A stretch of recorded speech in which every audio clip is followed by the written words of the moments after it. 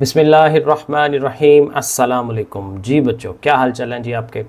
अच्छा जी बच्चों, आज ये अगला टॉपिक है हमारा 8 चैप्टर का, मैग्नेटिक फील्ड्स। अब इससे पहले हमने मैग्नेट के मुतालिक पढ़ा था, मैग्नेट जो है वो क्या करता है, उसकी प्रॉपर्टीज़ क्या हैं, बहुत बेसिक बेसिक चीज़ें थी।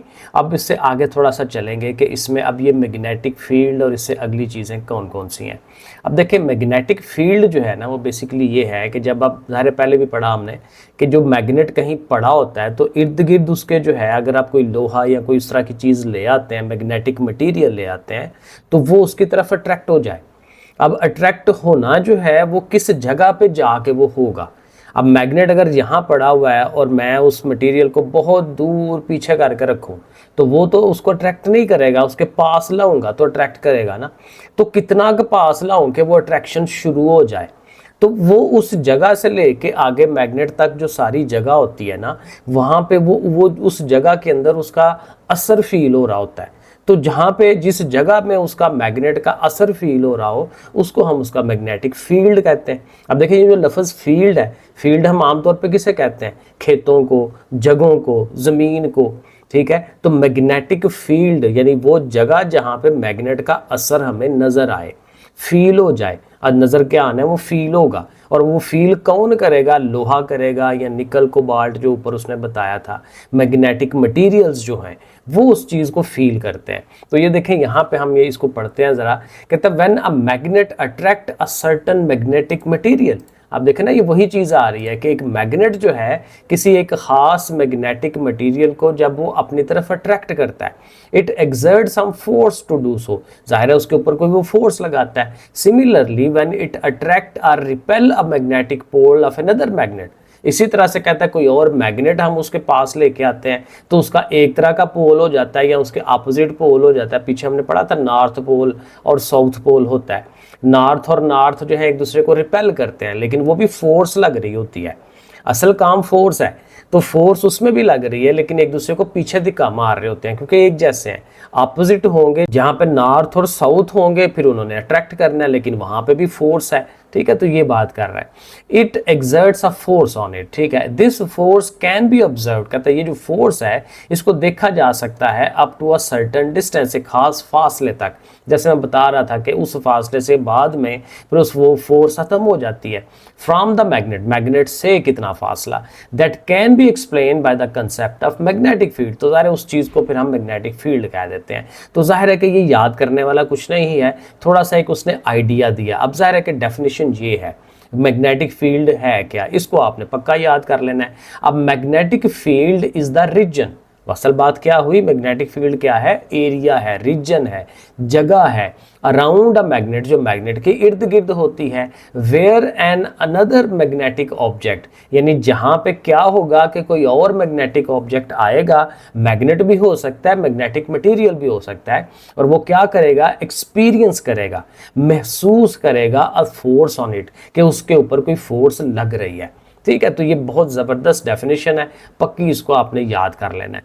The pattern of magnetic field around a bar. अब वो किस तरह का होगा मैग्नेटिक फील्ड, उसका नमूना क्या होगा, तरीकाकार क्या होगा, उसकी वो बात कर रहा है। अराउंड अ बार मैग्नेट, अगर फॉर एग्जांपल आप इस तरह का एक बार मैग्नेट ले लेते हैं। बार मैग्नेट वही है जो लंबे लंबे वाला होता है। ठीक है, तो एक बार मैग्नेट के इर्द गिर्द उसका पैटर्न क्या होगा, can be seen very easily by a simple experiment. तो कहता है उसको लिए आप एक्सपेरिमेंट करेंगे। तो ये जो एक्सपेरिमेंट है ना, ये भी एक एग्जाम्पल के तौर पे या मैग्नेटिक फील्ड की एक्सप्लेनेशन के तौर पे आप इसको ज़रूर तैयार कर सकते हैं। यानी 4 नंबर का सवाल, जो लॉन्ग सवाल जिसको कहते हैं, उसमें पहले हम डेफिनेशन देते हैं, फिर उसको एक्सप्लेन करते हैं। तो फिर ये डेफिनेशन आएगी मैग्नेटिक फील्ड के मुतालिक अगर लॉन्ग सवाल आता है, और उसकी एक्सप्लेनेशन में आप फिर ये जो उसने तजर्बा दिया हुआ है ना, ठीक है, उर्दू इंग्लिश में आप इसको दे सकते हैं। तो कहता है कि आपने क्या करना है, आपने ये करना है कि एक लॉन्ग बार जो है मैग्नेट लेना है, उसके ऊपर एक शीशा रखना है। ठीक है, और उस शीशे के ऊपर ये जो आयरन फिलिंग्स हैं, पिछले लेक्चर में भी हमने कहा था, जिसको लोहा चून कहते हैं। जो कैंचियाँ रगड़ने वाले होते हैं लोग, तो वो कैंचियाँ जब रगड़ते हैं, लोहा रगड़ते हैं, तो उसके छोटे छोटे पीसेज इर्द गिर्द गिर जाते हैं, तो उसको वो ज़ाया कर देते हैं। तो वो आप वहाँ से उठा के ला सकते हैं, और उनको ला के जो है इसके ऊपर ये ऐसे किया जा सकता है एक्सपेरिमेंट।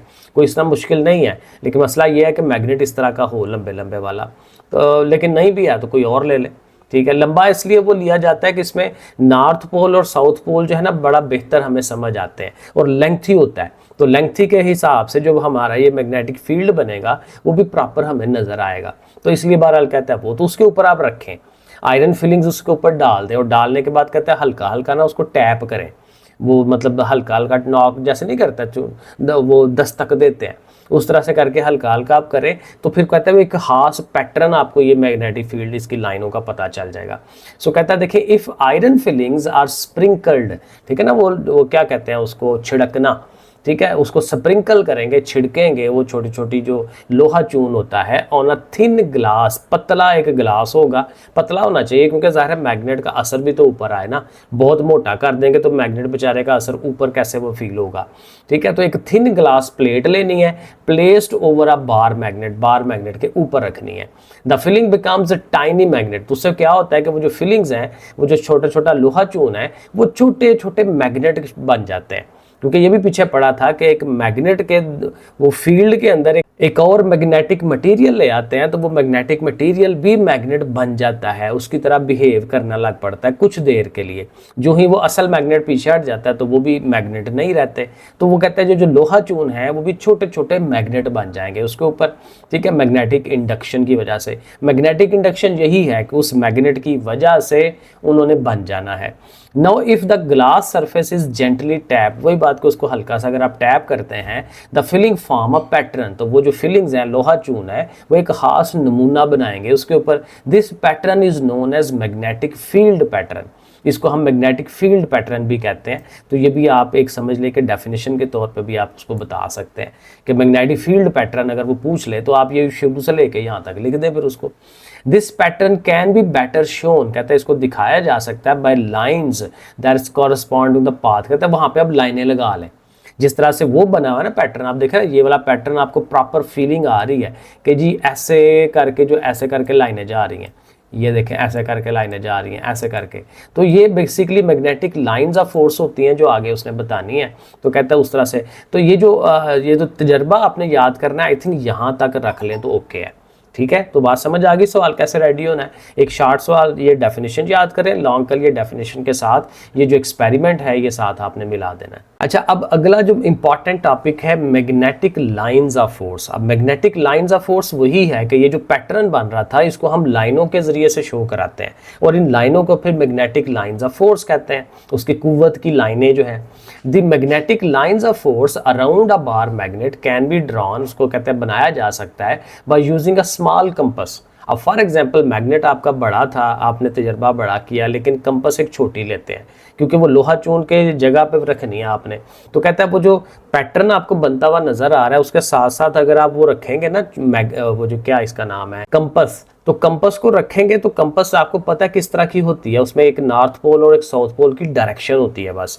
तो जब आपने रखना है ना तो वो ऑटोमेटिकली वो डायरेक्शन, उसकी जो सुई है ना आपको डायरेक्शन बताती जाएगी, तो जिधर को और उसको आगे आगे रखते जाएं, एक जगह रखा फिर उससे आगे फिर उससे आगे फिर उससे आगे, ठीक है। तो उसके साथ साथ आपने एक लाइनें निशान लगाते जाने, ऐसे कह लें जहां रखा था वहां निशान, उससे आगे जहां निशान, और जाहिर है कैसे कैसे आगे रखना है कि जिस तरफ की डायरेक्शन बन रही है उसकी, ठीक है, उसकी सुई की जो डायरेक्शन बन रही होगी, तो सुई की डायरेक्शन में आप आगे आगे उसको लेके जाते जाएं तो प्रॉपर एक पूरी लाइन डेवलप हो जाएगी। इसी तरह एक अगली लाइन डेवलप करें, बहुत लंबा चौड़ा काम हो जाएगा, लेकिन यह कहता है कि उस कंपस के जरिए से आप लाइनें ऐसे लगा सकते हैं, जो कि यहाँ देखें उसने सामने लगा के भी हमें दिखाई हुई है कि जी ये नॉर्थ पोल है, साउथ पोल है, और ये जो लाइन्स हैं ये देखें ऐसे करके जो है वो इस तरह से इधर को जा रही है, इधर से इधर को जा रही है, एंड सो ऑन, बहुत सारी लाइनें। अब देखें लाइनों की डायरेक्शन भी साथ उसने बताई हुई है कि नॉर्थ से निकल के साउथ की तरफ जा रही हैं, ठीक है। तो ये भी हमें डायरेक्शन का पता होना चाहिए कि लाइंस ऑफ फोर्स जो है किधर से किधर की तरफ डायरेक्शन है, नॉर्थ से साउथ की तरफ, तो ये भी एक इंपॉर्टेंट बात है। The magnetic lines of force around a bar magnet can be drawn by using a small compass, ठीक है। The needle of the compass, जाहिर उसकी जो सुई है विल मूव अलोंग, वो चलती जाएगी अलोंग, यानी कि वो डायरेक्शन बताएगी along the magnetic lines of force. तो ये जो पहली 4 लाइनें हैं ये तो आपको याद करनी चाहिए जब आप again magnetic lines of force को एक्सप्लेन कर रहे हो, वरना उसकी जो डेफिनेशन है वो ये नीचे है। ये डेफिनेशन, ये जो बोल्ड किया हुआ ये भी कोई डेफिनेशन नहीं है, ठीक है। असल डेफिनेशन ये है जो आपने याद करनी है। The direction of the magnetic field, ये जो मैग्नेटिक फील्ड बन रहा है क्योंकि मैग्नेटिक फील्ड पढ़ रहे थे ना कि उसके अंदर ये जो असर है, जो जगह है जहाँ पे उसका मैग्नेट का असर फील हो रहा हो, उसी को मैग्नेटिक फील्ड कहते हैं। तो कहते हैं उसकी अगर डायरेक्शन आपने बतानी है, the direction of the magnetic field at any point, किसी भी नुक्ते के ऊपर इन स्पेस, यानी कि उस जगह के अंदर, is the direction indicated by the north pole, यानी कि नॉर्थ पोल जो है वो डायरेक्शन बताता है ऑफ द मैग्नेटिक कंपस, जो उसके अंदर कंपस हमने रखी हुई है, नीडल, कंपस की जो नीडल है, प्लेस्ड एट दैट पॉइंट। यानी ओवरऑल ये बेसिकली डेफिनेशन किसकी आ रही है कि मैग्नेटिक फील्ड की डायरेक्शन क्या होगी, ठीक है, what is the direction of the magnetic field, वो आपने यहाँ से ये डेफिनेशन उसको देनी है। और मैग्नेटिक लाइंस ऑफ फोर्स के मतलब पूछता है तो फिर आप ये बता दें कि ये ऐसी लाइंस ऑफ फोर्स होती हैं जो नॉर्थ से साउथ की तरफ जा रही होती हैं और ये बता रही होती हैं कि ये इस जगह के ऊपर जो है ये मैग्नेटिक फील्ड जो है वो बन रहा है। अगर यहाँ पे प्रॉपर डेफिनेशन नहीं बन रही तो आई थिंक वो जो समरी है ना वहाँ से मिल जाएगी हमें डेफिनेशन, वो समरी के अंदर भी देखा जा सकता है। आपके पास किताब है, आप समरी में जाके देखें कि वहाँ पे मैग्नेटिक लाइंस ऑफ फोर्स की डेफिनेशन बनी हुई है कि नहीं। तो ये हो गया, आगे चलते हैं। अब अगला टॉपिक ये है कि strength of the magnetic field. ये जो मैग्नेटिक फील्ड है उसकी मजबूती कहाँ पे है, कहाँ पे ज़्यादा मैग्नेटिक फील्ड असर उसका ज़्यादा है, कहाँ पे कम है। अब ये नेचुरली हमें समझ आता है कि जितना आप मैग्नेट के पास होंगे उतना उसका असर ज़्यादा होगा, जितना दूर होते चले जाएंगे उतना ही उसका असर जो है वो कम होते जाना है। सिंपल फिनोमेना है, इसी तरह का कुछ होगा, जरा देखते हैं। The strength of the magnetic field, कि उसकी जो है वो मजबूती कहाँ पे है, इज प्रोपोर्शनल, वो प्रोपोर्शनल होती है to the number of magnetic lines of force. अब इसके हिसाब से हमने उसको डिफाइन करना है। अभी हमने पढ़ा ना मैग्नेटिक लाइंस ऑफ फोर्स के उसकी जो लाइनें हैं वो ऐसे ऐसे करके कर्व्ड की शक्ल में जो है वो ऐसे करके चल रही होती हैं। तो कहते हैं कि वो किसी एक ख़ास एरिया में से, एक ख़ास जगह में से कितनी लाइंस ऑफ फोर्स गुजर रही हैं उस पर डिपेंड करता है। अब फॉर एग्जांपल दो एरियाज़ हैं एक जैसे, तो एक एरिया में से 5 लाइनें गुजर रही हैं, एक एरिया में से 15 लाइनें गुजर रही हैं, तो फिर कहाँ पे मजबूती ज़्यादा होगी, स्ट्रेंथ कहाँ ज़्यादा होगी, जहाँ पे 15 है। तो जितनी ज़्यादा मैग्नेटिक लाइंस ऑफ फोर्स गुजर रही होंगी उतनी स्ट्रेंथ ज़्यादा होगी, ये पॉइंट आपने याद रखना है। The strength of the magnetic field is proportional to the number of magnetic lines of force passing through unit area. Unit area मतलब कि कितना आप एरिया ले रहे हैं, 1 सेंटीमीटर स्क्वायर ले रहे हैं, 1 मीटर स्क्वायर ले रहे हैं या 1 मिलीमीटर स्क्वायर ले रहे हैं, वो डिपेंड करता है आप, इसलिए वो यूनिट के साथ लिख देता है यूनिट एरिया, लेकिन है एरिया। एरिया ये तो लंबाई ज़रब चौड़ाई, ठीक है ना, जब पेज का एरिया है उस तरह से। अब जैसे ये, अब मेरे पास कोई चीज़ नहीं है, जैसे अब ये रिमोट है पंखे का, तो उसके अब लेट्स सपोज ये ब्लैक वाला हिस्सा आपको नज़र आ रहा होगा, ठीक है। तो अब ये रखना कैसे होता है, इसको ये भी एक आगे उसने लिखा होगा कि परपेंडिकुलरली रखते हैं। अगर मैग्नेटिक लाइंस ऑफ फोर्स ऐसे जा रही हैं तो इसको मैं उसके रास्ते में ऐसे करके इस तरह तिरछा करके रख दूंगा 90 डिग्री पे, कि वो ऐसे करके गुजरे और उसको अंदर से 90 डिग्री में से होकर गुजर रही हो, ठीक है। उसके लिए पेज रखेंगे तो ज़्यादा बेहतर होगा, ठीक है। एक प्लेन रखते हैं और उसके अंदर से गुजरता है, ठीक है। तो इतना जो एरिया है, ये वाला एरिया, उसमें से कितने लाइनें गुजर रही हैं, ज़्यादा लाइनें गुजर रही हैं तो वो ज़्यादा टाइम तभी गुजरेंगी जब उसको मैग्नेट के पास रखेंगे, मैग्नेट से दूर रखेंगे तो उतनी ही कम लाइनें उसमें से गुजर रही होंगी, एंड सो ऑन, इस तरह से हम कह सकते हैं। सो ये वो कह रहा है, ठीक है। देखें लिखा हुआ है उसने, placed perpendicular to the lines, lines के परपेंडिकुलरली 90 डिग्री पे आपने उसको रखना है। तो ये पहली 2-2.5 लाइनें जो हैं ये आपके लिए मैग्नेटिक फील्ड की स्ट्रेंथ को जो है डिफाइन करने के लिए आपके पास है। Thus the magnetic field is stronger, magnetic field strong होगा in region where the field lines are relatively close, यानी कहाँ पे स्ट्रांग होगा, जहाँ पे लाइनें बिल्कुल पास पास होकर गुजर रही हैं, पास पास होकर गुजर रही हैं तो तभी तो इतने एरिया में से ज़्यादा लाइनें गुजरेंगी, ठीक है ना। क्योंकि अगर वो दूर दूर लाइनें गुजर रही हैं तो एक लाइन यहाँ से गुजर गई, एक लाइन यहाँ से, एक इधर से, तो 3 लाइनें गुजरी। लेकिन बहुत नज़दीक नज़दीक है तो इतने एरिया के अंदर से 10-15 लाइनें गुजर जाएंगी। तो लाइनें जो हैं वो जितनी नज़दीक नज़दीक होंगी, कंडेंस होंगी, उतना ही वो किसी एरिया में से ज़्यादा गुजरेंगी। तो ये वो कह रहा है magnetic field is stronger in regions, उन जगहों पे where the field lines are relatively close together, एक दूसरे के पास पास होंगी, एंड वीकर, और उसी के अपोजिट यही होगा कि वीकर होंगी where there are far apart, जहां पे वो एक दूसरे से ज़्यादा दूर है, ठीक है। अगेन मेरा ख्याल है यहाँ तक करें, ये जो यहाँ तक मैं कह रहा हूँ ना वो छोड़ दें, क्योंकि अगर आपने थोड़ा सा देना है तो ये 2 लाइनें कर लें, ज़्यादा नहीं याद होता तो। लेकिन अगर ये टॉपिक आ जाता है, नोट आता है, तो 4 नंबर का नोट आता है, तो इधर से लेके यहाँ तक 2 नंबर का आता है तो इधर तक कर लें, और 4 नंबर का आता है तो यहाँ तक कर लें। तो इस तरह से करके, और ये नीचे उसने करके भी दिखाया हुआ है कि ये जी नॉर्थ पोल है, साउथ पोल है, और ये उसकी जो है, और उनके देखें यहाँ पे नज़दीक नज़दीक जो है उनके पास पास जो है वो ज़्यादा एरिया होगा, ठीक है। अब ज़्यादा उसमें जो लाइनें हैं वो गुजर रही हैं, और नॉर्थ नॉर्थ भी हो सकता है, लेकिन नॉर्थ नॉर्थ में ये है कि रिपल्शन होनी है, और यहाँ पे ना एक स्पेशल जगह बन जाती है मिडल में, ठीक है। और ये आगे देखें उसने डेफिनेशन भी दी हुई है, कहता है इन फिगर 8.11, सारा मैं इसलिए नहीं पढ़ रहा कि वही सब कुछ है, जो मेन इंपॉर्टेंट चीज़ें अब फिलहाल वो बता रहा हूँ। एक तो आपने ये याद करना है, और दूसरा आपने फिर यहाँ आ जाना है कि ये जो फिगर 8.11 है ना ये वाली, उसमें कहता है point X is called the neutral point. तो ये न्यूट्रल पॉइंट मैग्नेटिक फील्ड में पूछ सकता है कि मैग्नेटिक फील्ड में न्यूट्रल पॉइंट कहाँ पे बनता है, तो फिर हम बताएंगे कि वो एक जैसे मैग्नेटिक पोल्स हो तो उसके मिडल में एक जगह बन जाती है जहाँ पे दोनों का इफेक्ट कोई नहीं है, ठीक है। The point X is called the neutral point because the field due to one magnet cancels out due to the other magnet, ठीक है जी। क्योंकि ज़ाहिर है दोनों नॉर्थ नॉर्थ हैं, तो ज़ाहिर है एक ही मैग्नेट के नॉर्थ तो नहीं ना हो सकते, एक मैग्नेट का एक ही नॉर्थ होता है। तो 2 मैग्नेट रखे हुए हैं, तो दोनों मैग्नेट जो है उनकी लाइंस ऑफ फोर्स का जो इफेक्ट है वो कैंसिल आउट हो जाता है, तो इस जगह पे होता है, तो उस हम कहेंगे न्यूट्रल पॉइंट। तो ये भी याद रखना है। एक आगे एक और छोटी सी पॉइंट निकलती है कि ये देखें, ये जो उसने मैग्नेट बनाया हुआ ये वाला, ठीक है ना, ये ब्लू और रेड करके, तो उसने देखे सर्कल की फॉर्म में ऑलमोस्ट, और ये इसको कहते हैं हॉर्स शू मैग्नेट। तो ये भी सवाल पूछा जा सकता है। तो ये देखें लिखा हुआ कि फिगर 8.12 जो है represent the field pattern of a horse shoe magnet. Horse shoe magnet क्या होता है और उसका फील्ड पैटर्न क्या बनता है, तो वो जाहिर है कि उसी के अंदर ही है, नॉर्थ और साउथ के बीच में ही, क्योंकि बाकी बाहर इर्द गिर्द नहीं नजर आ रहा हमें, तो फिर वही बताएंगे। The field is almost uniform, वो बिल्कुल एक जैसा होता है बिटवीन द पोल्स, पोल्स के दरमियान में, एक्सेप्ट नियर द एजेस, ठीक है, इस तरह से करके। तो ये 2 शार्ट्स वाले इधर से भी ये बन जाते हैं। उसके बाद ये मोस्ट इंपॉर्टेंट आपका फिर ये सवाल आता है कि यूजेस ऑफ परमानेंट मैग्नेट। अब ये जो हमारा परमानेंट मैग्नेट है, ज़ाहिर है पक्का मैग्नेट जिसको हम कहते हैं, तो उसके इस्तेमालात हम कहाँ कहाँ करते हैं, ज़ाहिर है हमने उससे फ़ायदा लेना होता है। तो उसके ये जो फ़ायदे हैं, 7 फ़ायदे उसने गिनवाए हुए हैं, तो ये हमें ज़रूर याद करने हैं। ये ऑलमोस्ट पक्का सवाल होता है, शार्ट आ जाए या लॉन्ग आ जाए, ठीक है। शार्ट के लिए वो 2-3 पॉइंट पूछ लेगा, लॉन्ग के लिए फिर हमें कोई 5-6 पॉइंट्स देने होंगे जो हमें याद रह जाए। तो देखिए नंबर 1 पॉइंट ये कहता है they are the essential part of a DC motor.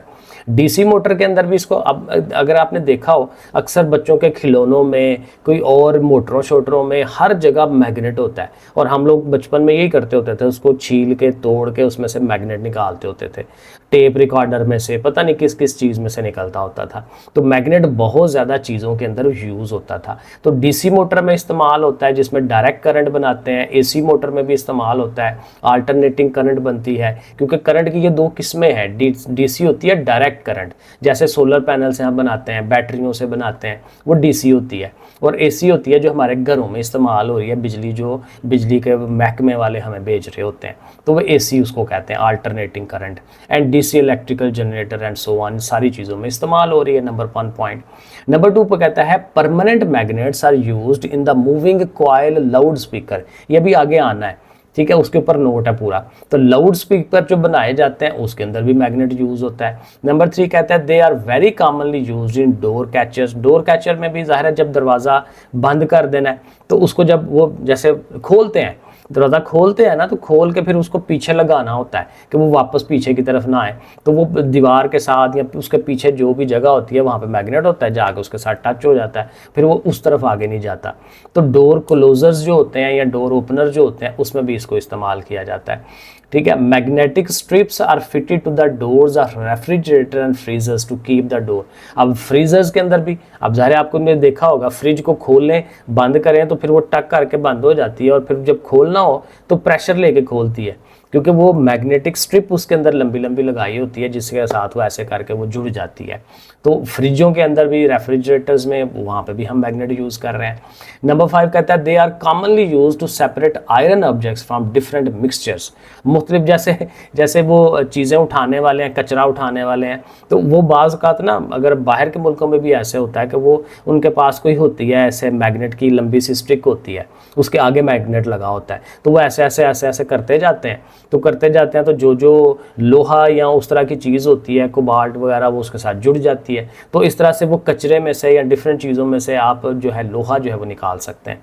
तो इस तरह से कहता है लोहे को अलहदा करने के लिए, क्योंकि लोहे के साथ उसने जुड़ जाना है, ठीक है, तो लोहे को या चीज़ों को अलहदा करने के लिए मिक्सचर में से फिर हम इसको मैग्नेट को यूज़ कर रहे होते हैं। ये बड़ा अच्छा उसने पॉइंट बताया हुआ है कि फ्लोर मिल्स, जो आटा बनाने वाली जो चक्कियाँ लगी होती हैं, ठीक है, फ्लोर मिल्स उनको कहते हैं, use permanent magnet to remove iron nails ETC, यानी कि वो जो गंदुम है, तो गंदुम में से गंद शंद निकालना है, तो लोहे की कोई चीज़ ना रह जाए, तो उसके लिए भी वो मैग्नेट यूज़ करते हैं, तो उस तरह भी फ़ायदा हमें मिल जाता है। नंबर 6 कहता है इन द मेडिकल फील्ड, कहता है वो ज़रा मेडिकल फील्ड में, डॉक्टरी फील्ड में, they are use to remove iron splinters from the eye, आँख के अंदर जो है लोहे के पतले पतले कोई जर्रे चले जाएं, तो उसके लिए भी कहता है मैग्नेट आप वो करेंगे तो उसके ज़रिए वो भी खिंचा चला आएगा बाहर की तरफ, तो ये भी एक फ़ायदा हो गया। 7 पॉइंट है a piece of permanent magnet is use to reset the iron pointers in a maximum and minimum thermometer. कहता है कुछ थर्मोमीटर हम बनाते हैं तो जहाँ पे ज़ाहिर अगेन जो है लोहे की नीडल्स होती हैं उसके अंदर, तो उसको रीसेट करने के लिए दोबारा से वो ज़ीरो के ऊपर आ जाए, उसको करने के लिए अगेन मैग्नेट को यूज़ किया जाता है, मैग्नेट के साथ उसको खींच लेते हैं और जीरो के ऊपर उसको ले आते हैं। तो ये सारे यूजेस आ गए। अच्छा जी, उसके बाद एप्लीकेशंस हैं परमानेंट मैग्नेट की, कि परमानेंट मैग्नेट को किस किस तरह की चीज़ों में इस्तेमाल करते हैं। ज़ाहिर है बहुत सारी चीज़ों में इस्तेमाल करते हैं, लेकिन यहाँ 2 इस्तेमालात हैं हमारे पास जो हमारे सिलेबस में है। एक AC जनरेटर है और एक ये मूविंग कॉइल लाउड स्पीकर है।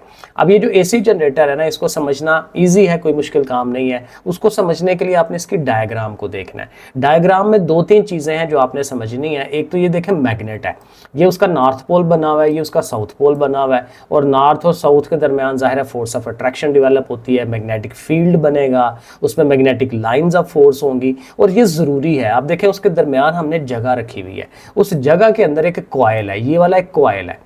कॉइल नॉर्मली ये होता है कि वो एक ना रिंग्स की शक्ल में किसी पेंसिल या किसी चीज़ के ऊपर जैसे कोई धागा लपेटते हैं, तो वो ज़ाहिर गुलाई में लपेटा जाता है और उसको किसी तरह उतार लिया जाए। जैसे लोहे की तार को हमने चढ़ाया है तो उसको उतार लिया जाए तो वो कॉइल की शक्ल इख्तियार कर लेता है। तो ऐसे गुलाई में जो है चीज़ घूम घूम के बनी हो ना, उसको कॉइल कहते हैं। तो बहरहाल ये एक किस्म का उसने कॉइल ही बनाया जी। लेट सपोज ये ऐसे करके घूम के ऐसे जा रही है, तो ये कॉइल है, ठीक है। अब हमें क्या करना है कि इस कॉइल को घुमाना है, ऐसे ऐसे घुमाना है। अब ऐसे ऐसे घुमाना क्यों है? इस वजह से कि उसको हम उस मैग्नेटिक लाइंस ऑफ फोर्स के अंदर चेंज करेंगे। चेंज करना ये एक अलग से एक तरीका है। ये तरीका ये करता है कि जब किसी मैग्नेटिक फील्ड के अंदर किसी कॉइल को हम आगे पीछे करते हैं तो उससे क्या होता है कि उसके अंदर करंट बन जाती है, क्योंकि उसके अंदर मैग्नेटिक लाइंस ऑफ फोर्स का जो इफेक्ट है ना वो कम ज़्यादा होता है, और उस कम ज़्यादा होने से करंट बनती है। ये बहुत इंपॉर्टेंट फिनोमेना, आगे कहीं ना बड़ा लंबा चौड़ा वो एक्सप्लेन करेगा, यहाँ नहीं करेगा तो फर्स्ट ईयर में जाके कर देगा। ये बहुत ही इंपॉर्टेंट फिनोमेना है जो हम बहुत सारी चीज़ों में इस्तेमाल करते हैं। सो बेसिकली हमने करंट बनानी है। अब करंट कैसे बनेगी? इस मैग्नेट की वजह से बनेगी। मैग्नेट है, उसकी लाइंस ऑफ फोर्स हैं, उसके अंदर हमने करंट वाली तार, करंट अभी बनी नहीं है उसके अंदर, लेकिन तार हम उसके अंदर ले आए हैं।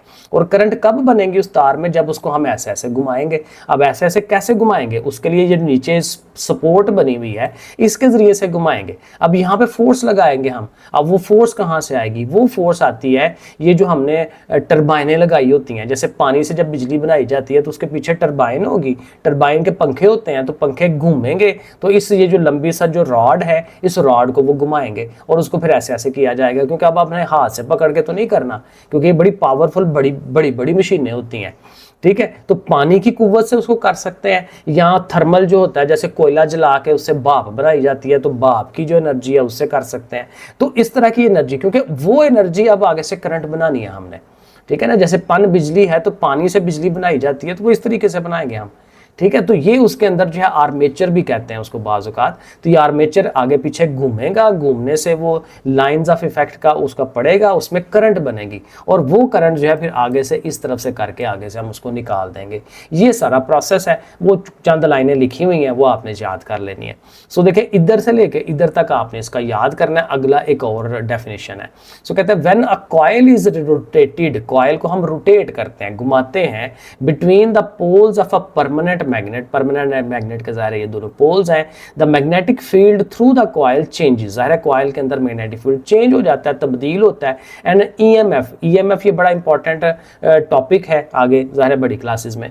इसको हम कहते हैं इलेक्ट्रोमोटिव फोर्स। ज़ाहिर अभी अब आगे जाएगा। तो उसकी वजह से क्या होता है, इंड्यूस होता है between the end of the coil, coils के एंड पे, ठीक है, on connecting these ends to a external circuit. तो कहता है ये जो दो एंड्स हैं हमारे, इनको बाहर वाले सर्किट के साथ कनेक्ट कर देते हैं। तो कनेक्ट करने से क्या होगा कि हमारी एसी करंट डेवलप होगी और उस सर्किट में से वो आगे की तरफ जाएगी और आगे हम उसको स्टोर कर लेंगे। तो ये जो 7-8 लाइनें हैं ना, ये एसी जनरेटर की आपने याद कर लेनी है, और इसके अंदर वही सब कुछ है जो मैंने आपको एक्सप्लेन कर दिया। और उसके साथ ही एक और छोटा सा वो टॉपिक दे रहा है, इलेक्ट्रिक मोटर। ये इलेक्ट्रिक मोटर वही है जो हमारी पानी खींचने वाली मोटर होती है। अब कहते हैं ये जो हमारी इलेक्ट्रिक मोटर है, इसके टोटली अपोजिट काम करती है, कि उसमें क्या है कि करंट हम उसको देते हैं। अब ज़रा मोटर कैसे चलाते हैं, मोटर का बटन ऑन करते हैं तो क्या होता है, करंट जाती है उसके पास। अब वो जो करंट जाती है वो एसी है। मैंने जैसे पहले कहा था कि हमारे घरों में जो करंट यूज़ हो रही है वो अल्टरनेटिंग करंट है, एसी। एसी वो नहीं, दूसरा एसी ठंडा करने वाला, अल्टरनेटिंग करंट कहते हैं। करंट की दो किस्में हैं, डीसी एंड एसी। तो वो एसी जाएगी उस मोटर के पास, तो वो मोटर क्या करेगी, वहां जाके मैग्नेटिक फील्ड डेवलप करेगी, और मैग्नेटिक फील्ड की वजह से मैकेनिकल जो एनर्जी है वो डेवलप होगी। यहाँ पे हम मैकेनिकल एनर्जी, जो उसको मूव करने की जो एनर्जी थी, उससे करंट बना रहे थे। यहाँ पे करंट से मैकेनिकल एनर्जी डेवलप होगी, और वो मैकेनिकल एनर्जी पानी को खींचेगी और ऊपर लेके आएगी। तो ये उसका काम है इलेक्ट्रिक मोटर का। is the reverse process of electrical generator when an AC is made to pass through। AC को हम करंट को गुजार रहे हैं through the coil between the poles of a permanent magnet, it start rotating। ठीक है, ये इस तरह का उसका काम है। और ये दूसरा है मूविंग कॉइल लाउड स्पीकर। तो लाउड स्पीकर में आप देखें इसकी जो कंस्ट्रक्शन है वो ये है कि ये आपके पास मैग्नेट है, ठीक है, और इसमें देखें गुलाई में मैग्नेट बनाया हुआ है। ये साउथ पोल बाहर है तो नॉर्थ पोल अंदर जो है ये उसके गुलाई में अंदर है, ठीक है। अब ये है कि इसमें देखें एक हमने ना कॉइल जो है वो यहाँ पे बनाया हुआ है। तो इस कॉइल के जो बनाया हुआ है, और कॉइल के आगे एक कोन है, जाहिर है जहाँ से आवाज़ ने एम्पलीफाई होना होता है। तो होता ये है कि मैग्नेटिक जो फोर्स ऑफ अट्रैक्शन है उसकी जो बननी है, उसकी वजह से ये जो कॉइल है ना, ये एक दफ़ा पीछे की तरफ जाता है, एक दफ़ा आगे की तरफ जाता है। पीछे जाएगा तो फोर्स ऑफ अट्रैक्शन की वजह से पीछे जाएगा, और जब वापस आना है तो ये वो जाहिर है कि फोर्स ऑफ रिपल्शन डेवलप होनी है, उसकी वजह से आगे जाएगा। तो इसका मेन काम ये है कि उसने एक दफ़ा आगे को जाना है, एक दफ़ा पीछे को जाना है, आगे पीछे। अब ये जो उसने आगे पीछे मूवमेंट करनी है ना, उसकी वजह से क्या होगा कि वो जो हवा है उसके रास्ते में वो कंप्रेस होगी। अब देखिए जो आवाज़ डेवलप होती है वो हवा का उतार चढ़ाव है, ठीक है। तो वही उतार चढ़ाव हम यहाँ पे आर्टिफिशियली क्रिएट करते हैं, और उसी फ्रीक्वेंसी का क्रिएट करते हैं जिस फ्रीक्वेंसी की आवाज़ को हमने एम्पलीफाई करना है, बढ़ाना है। तो उतनी ही फ्रीक्वेंसी के साथ वो उतार चढ़ाव बनते हैं, तो वो फिर ज़्यादा एम्पलीफाई होकर जाते हैं। तो ये मेन काम है इसका। तो कहते हैं वॉइस कॉइल, ये जो यहाँ पे कॉइल यूज़ हो रहा है ना, इसको वॉइस कॉइल कह रहे हैं, क्योंकि उसमें पहले अपनी आवाज़ हमारी जानी है और उसने फिर आगे से एम्पलीफाई होना है। अटैच टू द कोन, कोन के साथ ज़ाहिर है वो अटैच है। अब the speaker is slipped over, उसको स्लिप किया जाता है, यानी उसके आप पीछे की तरफ दे जाए फिर आगे की तरफ लेके आते हैं। स्लिप ओवर वन पोल, यानी कि नॉर्थ वाले के ऊपर हम उसको भेजते हैं। आप द रेडियल, रेडियल मतलब गुलाई में परमानेंट मैग्नेट है, as shown the figure. From a microphone, जाहिर है कि माइक्रोफोन और सम अदर सोर्स, सिग्नल्स जो हैं, सिग्नल भेजे जाते हैं इसको, ठीक है, इसको सिग्नल भेजे जाते हैं हमारी जो आवाज़ है जिसको हमने बढ़ाना है, ठीक है। और some other source sound signals in the form of varying AC, AC की शक्ल में उसको अल्टरनेटिंग करंट की शक्ल में भेजते हैं। Pass through the voice coil, इसके अंदर से गुजारते हैं। That is inserted in the gap of permanent magnet, और जाहिर है कि ये फिर ये जो गैप है बीच में उसके अंदर वो जाता है। This AC interact with the magnetic field, वो उसके मैग्नेटिक फील्ड के साथ इंटरैक्ट करता है to generate a varying force, उससे एक फोर्स डेवलप होती है। That pushes and pull on the voice coil, इसको ये एक दफ़ा पुश करता है, एक दफ़ा पुल करता है अपनी तरफ, और उससे फिर क्या होता है, वो वाइब्रेशन डेवलप होती है और उससे साउंड बनती है। तो ये आपके पास ये भी ऑलमोस्ट सारे फिर करने वाला है, क्योंकि इसमें कुछ चीज़, क्योंकि ये सारा वो लिखेंगे तो एक्सप्लेनेशन होगी कि क्या हो रहा है। तो ज़ाहिर है ये 4-4 नंबर वाले सवाल हैं, ये छोटे सवाल नहीं है, शॉर्ट। तो इस तरह से, लेकिन ऊपर वाले में शॉर्ट बन सकता है। तो बहरहाल इस तरह से, तो आई थिंक यहाँ तक इनफ है। नेक्स्ट इंशाल्लाह हम ये इलेक्ट्रोमैग्नेट्स जो हैं यहाँ से हम स्टार्ट करेंगे। ओके फिर बच्चों, अल्लाह हाफिज़।